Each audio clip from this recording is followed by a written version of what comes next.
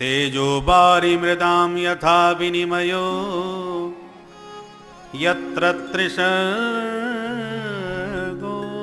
मृषा धाम्ना स्वेन सदा निरस्तकुहकं सत्यं परं धीमहि। दृष्टांत देते हैं कि उस परमात्मा की सत्य सत्ता के प्रभाव से यह असत जगत सत्यवत प्रतीत होता है। मतलब ये संसार है तो झूठा, पर भगवान के प्रभाव से यह सच्चा नजर आ रहा है। भगवान की जो माया है ना, वो हमारे भीतर भ्रम पैदा कर देती है कि झूठी वस्तु भी सच्ची नजर आती है। जैसे जादूगर है ना, रुमाल फटकार के कबूतर बना देता है। क्या रुमाल से कबूतर बनना संभव है? नहीं, पर हमारी आंखों के सामने उसने ऐसा किया।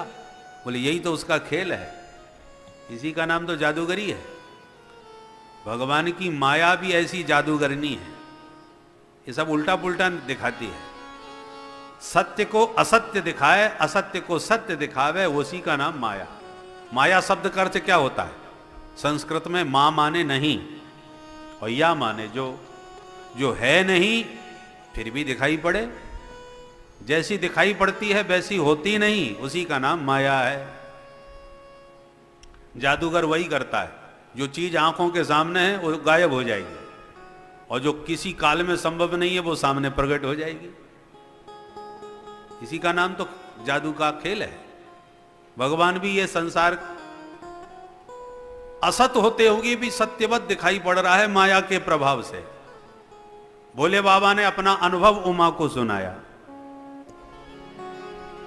उमा कहूं मैं अनुभव अपना, उमा कहूं मैं अनुभव अपना, उमा कहूं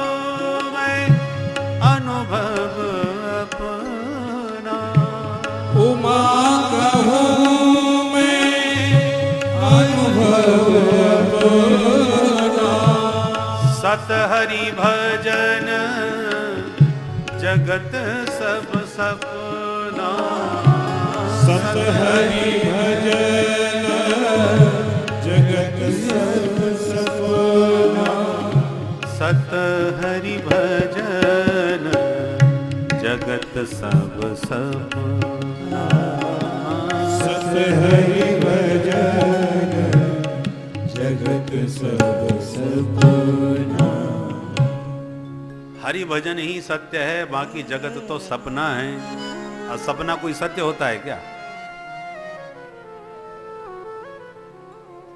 किसी भिखारी ने सपना देख लिया कि मैं राजा बन गया, सपने में, मोगेरी लाल के हसीन सपने।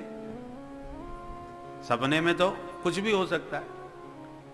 अब राजा बन करके राज्य कर रहा था, आदेश दिया मंत्रीवर आज थोड़ा मनोरंजन करने का मूड है, बढ़िया सा नाच गाना होने दो दरबार में।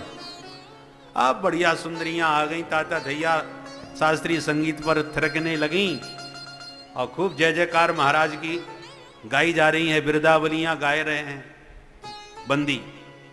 और इतने में किसी उसके मित्र ने आकर के हिला दिया, ए भैया सवेरा हो गया, चलो भीख मांगने चलते हैं।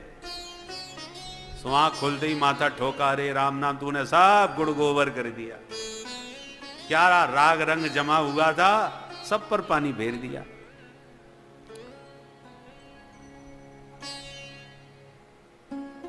और ऐसी राजा ने सपना देख लिया कि हमारा राज्यपाट सबने, किसी ने, शत्रु ने लूट लिया। हम दर दर भटकते फिर रहे हैं, प्राण बचा करके, भूख के मारे तड़प रहे। जब नहीं रहा गया भूख के मारे तो किसी के दरवाजे जा करके बैठ गए। पंगत में, पंगत हो रही थी किसी के यहाँ, पंगत में जाके बैठ गए। किसी ने कहा, ए बाबा तू कहां से आ गया? ये ब्राह्मणों की पंगत चल रही है, तू कहां से घुसा है? निकल यहां से। धक्का मारा जोर से तो राजा की नींद खुल गई। देखें कि बिरदावली गाई जा रही हैं, सूत मागध बंदीजन कह रहे हैं महाराज की जय जयकार हो, सवेरा हो गया, महाराज जागिए सरकार। तब राजा की जान में जान आई, बच गए भैया, नहीं तो भिखारी बन गए होते। सपने हो ये भिखारी नृप, रंकनाक पति हो, पर जागे लाभ नहानि कछु, तिमि प्रपंच जिय जो। जागने पर ना लाभ ना हानि, ऐसे ही संसार को समझ लो। जगत सब सपना, तेजो वारी मृदाम यथा। जैसे भयंकर गर्मी पड़ रही हो, सूर्य की किरणों से कभी कभी सड़क पर आपको पानी भरा नजर आएगा, पर कोई प्यासा उस पानी को पीने के लिए भागे तो पीछा करते करते मर जाएगा। पानी की बूंद नसीब नहीं होने वाली, क्योंकि पानी दिखता जरूर है, होता थोड़ी है, नकली पानी। तेजो वारी मृदाम यथा विनिमय यत्र त्रिशर्गो मृषा। ऐसे ये त्रिगुणात्मक संसार जगत है, महा झूठा है पर दिखाई पड़ रहा है, बिल्कुल सच्चा लग रहा है। और इसी झूठे जगत को सच्चा समझ के माया तृष्णा से ग्रसित जीव सारी जिंदगी इसी के पीछे भागता रहता है। अब मैं ये जुटा लूं, ये बना लूं, पर अपना जो सच्चा सच्चिदानंद भीतर बैठा है उसको ढूंढना भूल जाता है। एक सज्जन बहुत प्यासे थे, गर्मी में तड़प रहे थे। एक से पूछा, भैया पानी मिलेगा? उसने कहा चले जाओ, इसी सड़क पर आगे सरोवर है। पूछता पूछता पहुंच गया सरोवर। सरोवर में पानी भी था, और दुर्भाग्य से पानी पर काई छाई हुई थी। पानी के ऊपर जब काई लग जाती है तो पानी फिर दिखाई नहीं पड़ता। प्यासा व्यक्ति सरोवर के पास पहुंच भी गया, पर काई को देखकर उसने समझा कि पानी सूख गया सरोवर का, गर्मी के कारण पानी सूख गया, सरोवर सूखा पड़ा है। अब पानी पीने कहां जाऊं, सरोवर तो सूख गया। तो उसने रेगिस्तान की रेतीली भूमि थी उस सरोवर के दूसरी ओर, तो सूर्य की तेज किरणों के कारण उस भूमि पर रेगिस्तान की भूमि पर हवा की लहरों से उठ रही थी। उसे लगा कि पानी की लहरें वो उठ रही हैं, देखो वो सरोवर है, वहां पानी है। मरुस्थल में, रेगिस्तान की भूमि में उसे पानी दिख रहा है, तो सरोवर का किनारा छोड़ करके उस रेतीली भूमि पर दौड़ा पानी पीने के लिए। अब विडंबना क्या है, जहां पानी दिख रहा है वहां है ही नहीं, और जहां है वहां दिख नहीं रहा। बेचारा इसी चक्कर में वो रेगिस्तान की तरफ दौड़ता चला गया और बिना पानी पिए ही मर गया। संसार के सभी प्राणियों का यही हाल है। आनंद का सरोवर हमारे भीतर है, पर अज्ञान की काई से छुपा हुआ है। और संसार में बिल्कुल सुख नहीं है, दुख का घर है, पर हमें संसार में ही सुख दिख रहा है। ये माया के द्वारा भ्रम पैदा किया गया।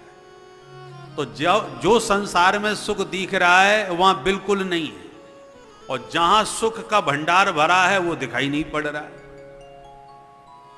इसलिए हम भीतर के सुख में न जाकर के बाहर में सुख ढूंढते हैं, और सारी जिंदगी इसी सुख को ढूंढते ढूंढते मर जाते हैं।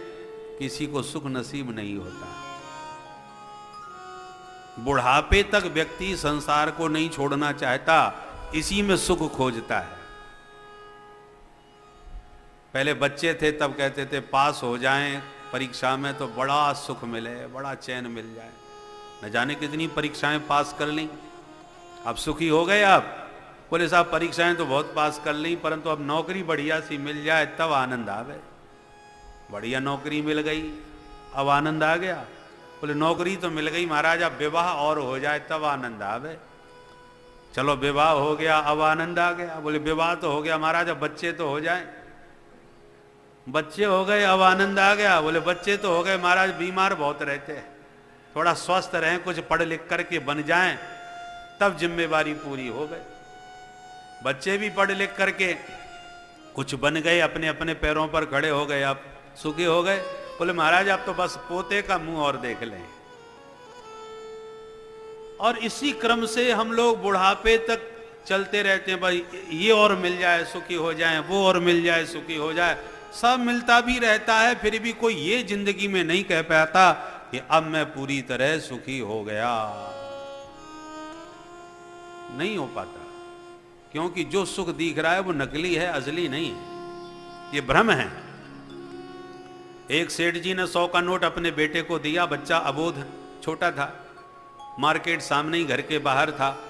बेटे से कहा बेटा आम का मौसम आ गया है, जाओ जाकर के बढ़िया आम लेके आओ 100 रुपए के। वो अबोध बच्चा गया, एक दुकान पर बहुत सारे फल सजे थे, उसने नोट दिया भैया 100 रुपए के आम दे दो, उसने दे दिए। पिताजी आम ले आया तो बेटे से कहा बेटा ठंडे पानी की बाल्टी में डाल दो, खूब ठंडे हो जाएंगे तब चूसेंगे। डाल दिया। शाम को घूम फिर के बाजार से लौट के जब सेठ जी आए, बोले बेटा अब निकालो आम। आम निकाला, बाल्टी में जो डाला था देखा तो मिट्टी पड़ी है उसमें, तो आम एक भी नहीं। अरे सेठ जी ने कहा ये आम कहाँ गए? बोले पिताजी मैं तो इसी में डाल के गया था। जरा बता तो सही किस दुकान से लाया? अब दुकान पर जाके लड़के ने कहा इसने दिया।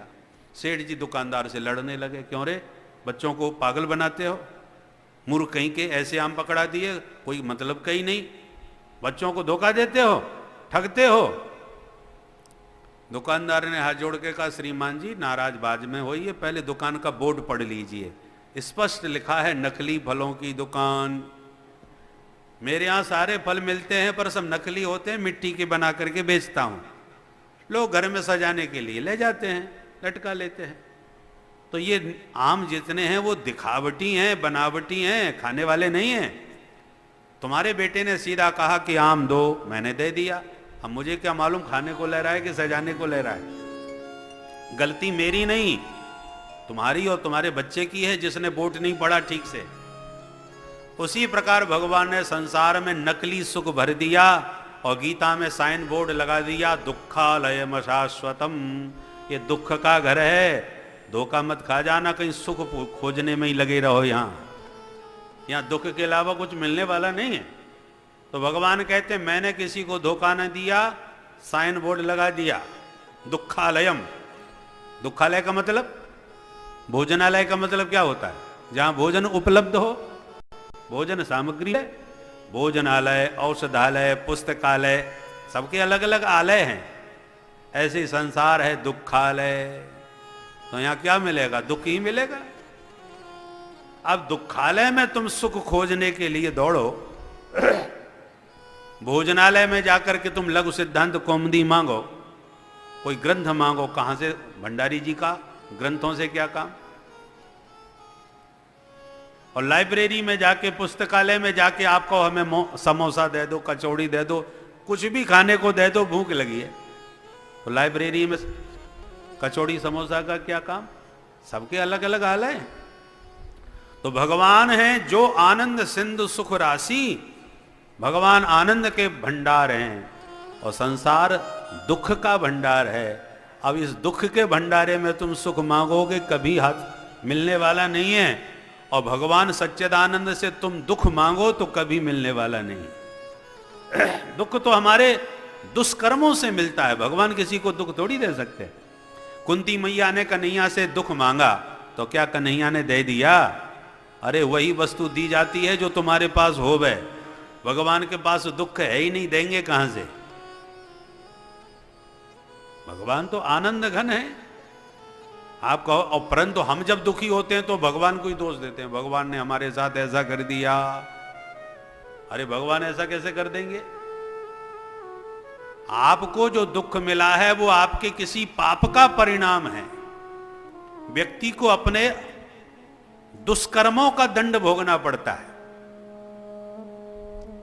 पाप हमेशा ताप दे करके ही समाप्त होते हैं, सिद्धांत है कर्म का। जो जस करे है सो तस फल चाखा, काऊ न को सुख दुख कर दाता। कोई किसी को सुख दुख नहीं देता, हम अपने कर्मों से ही भोगते हैं। पर अपने पाप का परिणाम जब भोगते हैं तो दोष भगवान को देते हैं। काल ही कर्म ही ईश्वर ही मिथ्या दोष लगाए। इसलिए दोष देने वाले नासमझ मूर्ख हैं।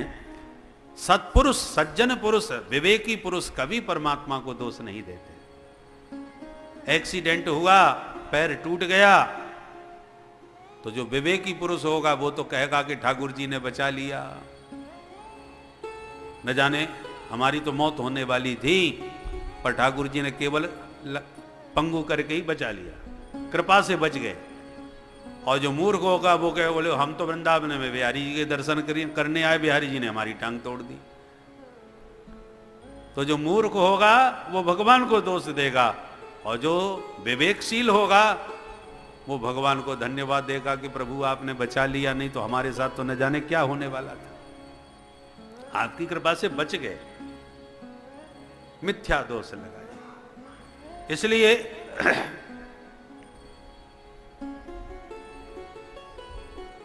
भगवान के खजाने में दुख नहीं है, वो तो आनंद ही आनंद देते हैं, आनंद के भंडार है। तो ऐसे उन आनंद घन सच्चिदानंद प्रभु का हम सब मिलकर के ध्यान करते हैं। बोलो सच्चिदानंद भगवान की जय।